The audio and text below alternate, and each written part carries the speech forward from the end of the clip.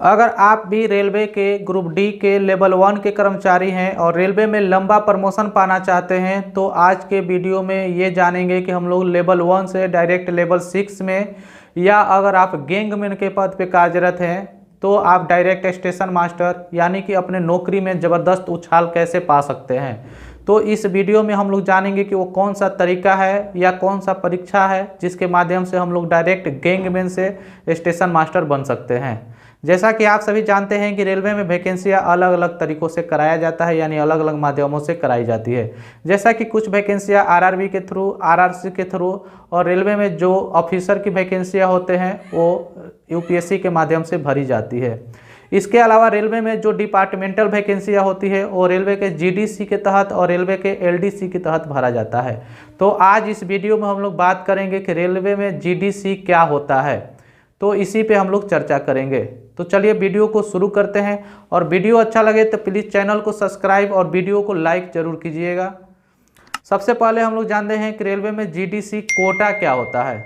देखिए, रेलवे में जो जीडीसी कोटा होता है उसके तहत रेलवे में 25% से 50% तक की वैकेंसियाँ रेलवे में जीडीसी कोटा के तहत भरी जाती है। रेलवे में जो जीडीसी होता है उसमें सिर्फ रेलवे के अंदर जो कर्मचारी है वही कर्मचारी रेलवे जीडीसी एग्ज़ाम में शामिल हो सकते हैं, यानी कि इसमें कोई नॉन रेलवे कर्मचारी जो है जीडीसी एग्ज़ाम में शामिल नहीं हो सकता है। सब मिलाकर देखा जाए तो यह एक डिपार्टमेंटल परीक्षा होता है। जैसा कि आप सभी जानते हैं कि अगर रेलवे में हम लोग समान प्रमोशन के भरोसे रहें तो हमारा प्रमोशन जो होता है 10 साल के बाद एक प्रमोशन होता है। यानी कि अगर आप रेलवे में 1800 जीपी लेवल 1 के कर्मचारी हैं तो आपको 10 साल के बाद एक प्रमोशन मिलता है, यानी कि 1800 से 1900 लेवल 1 से 2 में जाएंगे।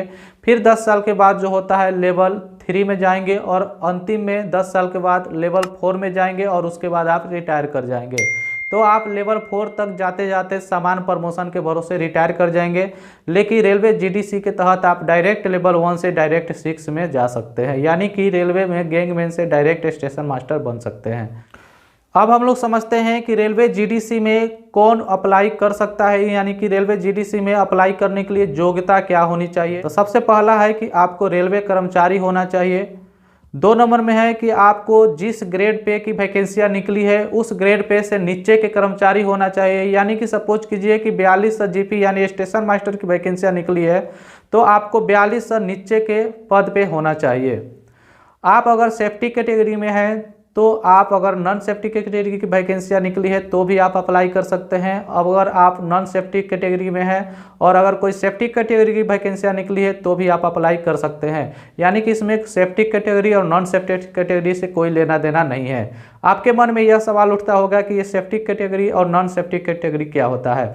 तो मैं आपको बता दूं कि सेफ्टी कैटेगरी वह कैटेगरी होता है जो रेलवे के डायरेक्ट संचालन से जुड़ा हुआ रहता है, यानी कि जब संचालन होता है उस संचालन को करने में ये सेफ्टी कैटेगरी महत्वपूर्ण योगदान निभाता है।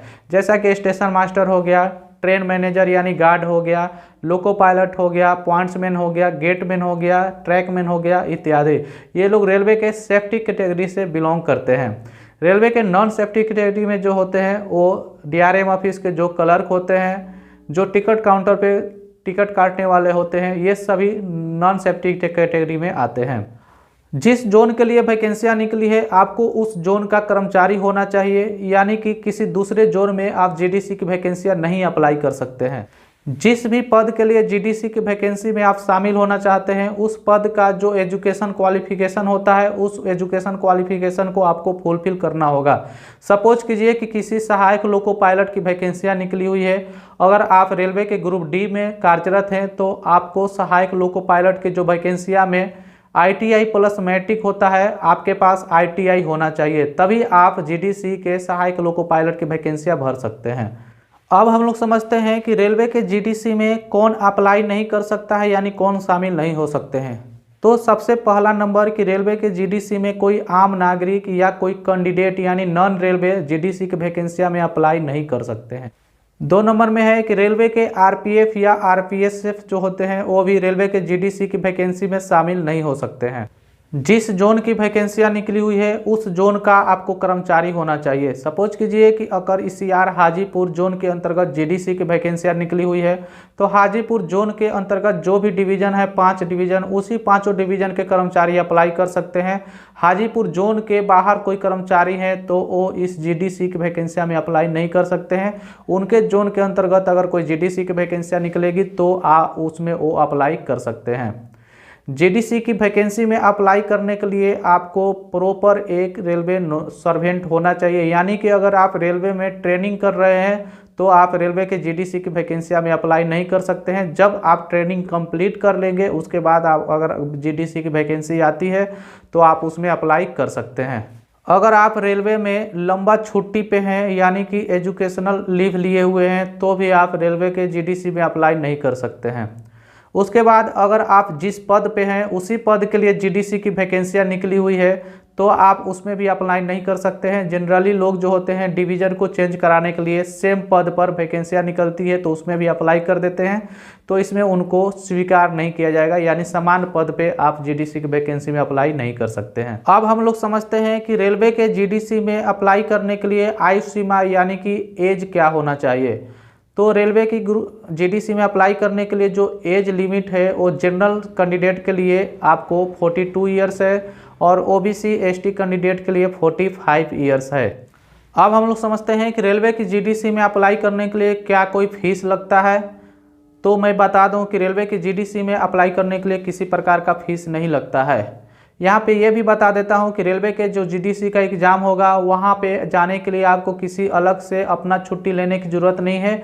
उसमें आपको रेलवे जो होगा अपने छुट्टी के आधार पर आपको पास देगा वहाँ जाने आने के लिए, चाहे आप किसी भी कैटेगरी के कैंडिडेट हैं उससे मायने नहीं रखता है। और अगर आप रेलवे के GDC परीक्षा देने जा रहे हैं और जितने दिन बाहर रहते हैं उतने दिनों के लिए आप ट्रेवलिंग अलाउंस यानी TA यात्रा भत्ता का क्लेम भी कर सकते हैं।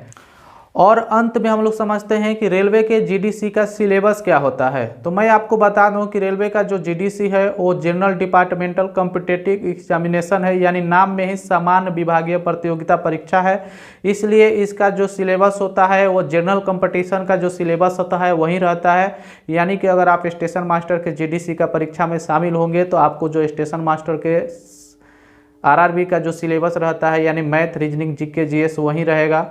तो इस तरह से आपको अनुमान लग गया होगा कि रेलवे के GDC का सिलेबस क्या होता है। इसमें किसी प्रकार के डिपार्टमेंटल प्रश्न नहीं पूछे जाते हैं। तो ये था GDC से संबंधित एक महत्वपूर्ण जानकारी। मैं आशा करता हूं कि वीडियो अच्छा लगा होगा। प्लीज़ अगर वीडियो अच्छा लगे तो चैनल को सब्सक्राइब और वीडियो को लाइक ज़रूर कीजिए। मिलते हैं कैसे ही अगले वीडियो में, जब तक के लिए धन्यवाद। जय हिंद।